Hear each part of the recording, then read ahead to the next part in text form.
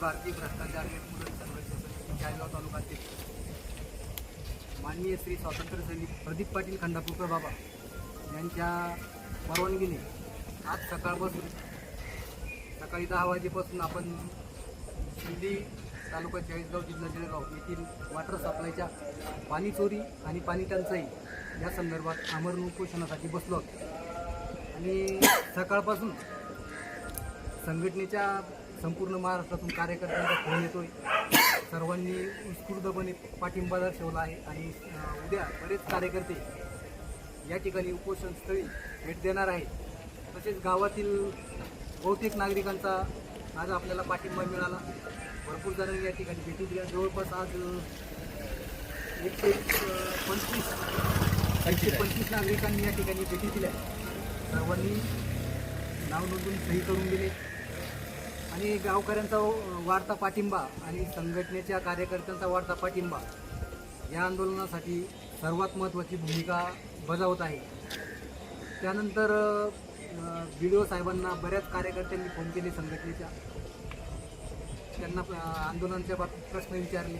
त्यानंतर संध्याकाळी BDO साहेबांचा मला फोन आला आणि त्यांनी सांगितलं की आपण त्यांच्यावर फौजदारी गुन्हे दाखल करू शकत नाही.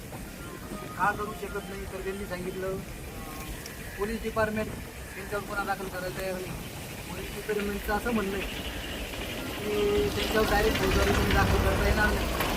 त्यांच्यावर त्यांना नोटीस आली सुरुवातीला कारवाई करावी लागेल आणि त्यानंतर त्यांनी जर पाणी चोरी थांबवली नाही तर त्यांच्यावर फौजदारी गुन्हे दाखल करता येतील असं BDO साहेबांचं म्हणणं होतं.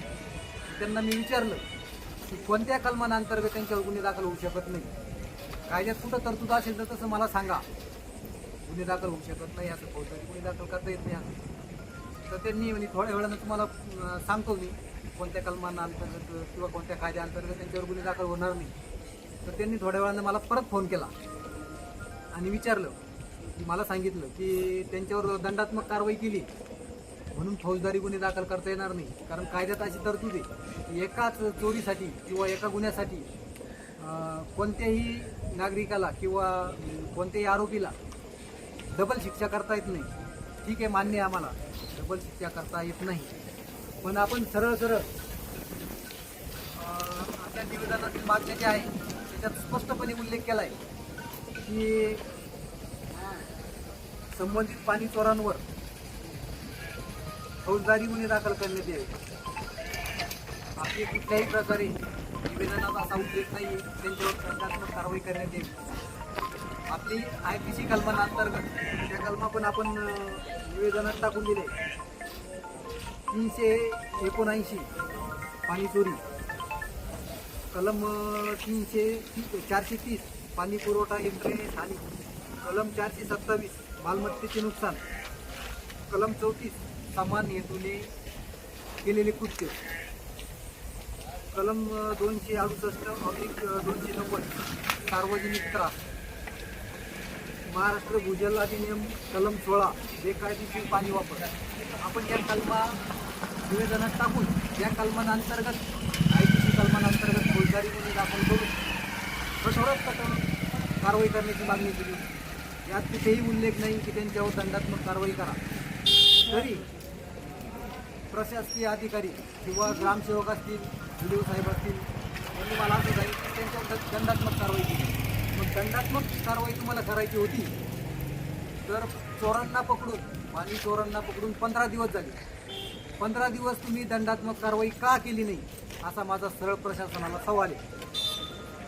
दंडात्मक कारवाई करायची होती तर पाणी चोरी पकडली त्याच्या दुसऱ्या दिवशी करू शकत होते. 15 दिवस तुम्ही का थांबले? आणि त्यानंतर मी 1 तारखेला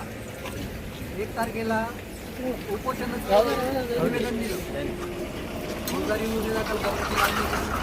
सर्व 8 मागण्या आहेत. या 8 मागण्यांपैकी एकही मागणी अशी नाही की त्यांच्यावर दंडात्मक कारवाई करावी. मग तुम्ही उपोषणाचा इशारा दिल्यानंतर कोणत्या अधिकाऱ्याने दंडात्मक कारवाई केली? कोणत्या कायद्यानुसार दंडात्मक कारवाई केली? उपोषण करता जर मागणी फौजदारी गुन्हा दाखल करण्याची करतोय तुम्ही दंडात्मक कारवाई केली कशी? BDO साहेबांना विचारलं मी, तुमच्या आदेशाने त्यांनी ग्रामसेवकांनी दंडात्मक कारवाई केली का? तर त्यांनी सरळ सांगितलं मी आदेश दिले नाही. आणि जर BDO साहेबांनी आदेश दिले नाही तर ग्रामसेवकांनी मनमानी केली का? हा पाणी प्रश्न आहे, आंदोलनाचा विषय आहे. ग्रामसेवक स्वतः निर्णय घेऊ शकत नाही वरिष्ठांच्या आदेशाशिवाय. मग ग्रामसेवकांनी मनमानी केली असेल तर BDO साहेबांनी सरळ सरळ ग्रामसेवकाला या पाणी चोरीच्या आरोपाखाली आरोपींना साथ दिली किंवा त्यांच्यावर कारवाई करण्यास टाळाटाळ केली किंवा कमीत कमी कारवाई केली, छोट्यात छोटी कारवाई केली, असा मनमानी कारभार जर केला असेल तर BDO साहेबांनी या ग्रामसेवकाला, या हरामखोर ग्रामसेवकाला, कामचुकार ग्रामसेवकाला, भ्रष्ट ग्रामसेवकाला या चोरीच्या आरोपाखाली, या पाणी चोरांना साथ दिल्याच्या आरोपाखाली सहआरोपी करून त्याच्यावर सुद्धा फौजदारी गुन्हे दाखल करावेत. आणि जर ग्रामसेवकाने BDO साहेबांच्या आदेशाने ही कारवाई केली असेल तर माझी माननीय जिल्हाधिकारी साहेबांना, CO साहेबांना विनंती राहील की या भ्रष्ट BDOवर तुम्ही त्यांना या पाणी चोरीच्या आरोपात सहआरोपी करून त्यांच्यावर देखील गुन्हे दाखल करण्याची कारवाई करावी. त्यांच्यावर कठोरात कठोर कारवाई करावी, शिस्तभंगाची कारवाई करावी, अशी माझी कलेक्टर साहेबांना आणि CO साहेबांना विनंती राहील. आणि उद्या बदलणार आहे. का बदलणार आहे? कारण गावातले नागरिक, काही नागरिक सकाळी उपोषणाला बसणार आहे माझ्यासोबत. तो त्यांचा गावकऱ्यांचा प्रश्न आहे. त्यांना मला पाठिंबा द्यायचा असेल त्यांनी बरेच जण म्हटले आम्ही सकाळी बसणार आहे. काही सकाळी बसतील, काही दुपारी बसतील, संघटनेचे कार्यकर्ते येऊन बसतील. आंदोलनाची तीव्रता वाढत जाईल. आणि गटविकास अधिकाऱ्यांनी बोलता बोलता मला एक इशारा दिला की उद्या आमची मीटिंग आहे. बोलता बोलता त्यांनी असं सांगितलं थोडक्यात की आमचं यायला जमणार नाही आणि तुम्ही उपोषण सोडून घ्या. पण मी सांगतो तुम्ही 15 दिवस टाळाटाळ करा, 20 दिवस टाळाटाळ करा, मला काही हरकत नाही. जोपर्यंत माझ्या 8ही मागण्या मान्य होत नाही, पाणी चोरांवर IPC कलमांतर्गत दिलेल्या कलमांतर्गत गुन्हे दाखल होत नाही, तोपर्यंत जीव गेला तरी चालेल, पण मी इथून उठणार नाही. उपोषण कुठल्याही परिस्थितीत स्थगित करणार नाही. एवढी मी प्रशासनाला विनंती करतो. तुम्हाला जेवढे दिवस लावायचे तेवढे लावा. तुम्ही येत नाही इथे, ठीक आहे, नका येऊ.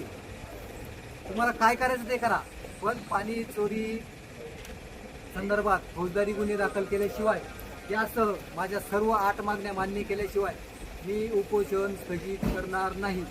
माझ्या निर्णयावर मी आजही ठाम आहे, कालही ठाम होतो आणि भविष्यात कायम ठाम राहील.